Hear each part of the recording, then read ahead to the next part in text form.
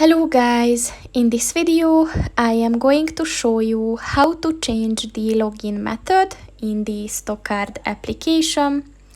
But first I just want to mention, don't forget to subscribe to my channel, because at 100,000 subscribers I am going to show you my whole YouTube revenue statistics and growth strategy, as well as how to make money online. Let's jump into it. First of all, open the application on your phone and then click on the account button at the bottom of the page on the right,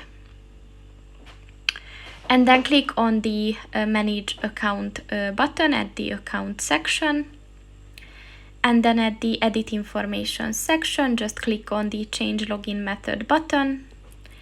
And as you can see, you can change to Apple. If you have an iPhone, you can change to Google and to email. So just click on the method that you want to use.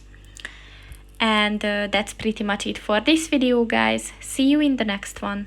Goodbye.